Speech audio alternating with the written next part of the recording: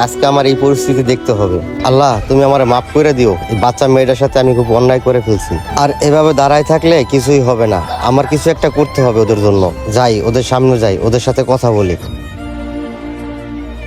ভাই, আপনার সাথে আমার একটু কথা আছে।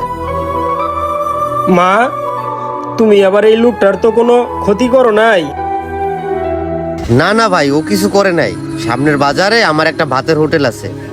ও আমার হোটেল থেকে প্রতিদিন 10 টাকার ভাত নিয়ে আসে। আসলে ও কেন যে প্রতিদিন 10 টাকার ভাত নিয়ে আসে সেটা দেখার জন্যই আজকে ওর পিছে পিছে আসা। কিছু মনে না করলে আপনাকে একটা কথা বলি, আপনাদের ফ্যামিলিতে আর কেউ নাই? না না ভাই, আমাদের পরিবারে আর কেউ নাই। আমার এই ছোট্ট মেয়েটা আর আমি।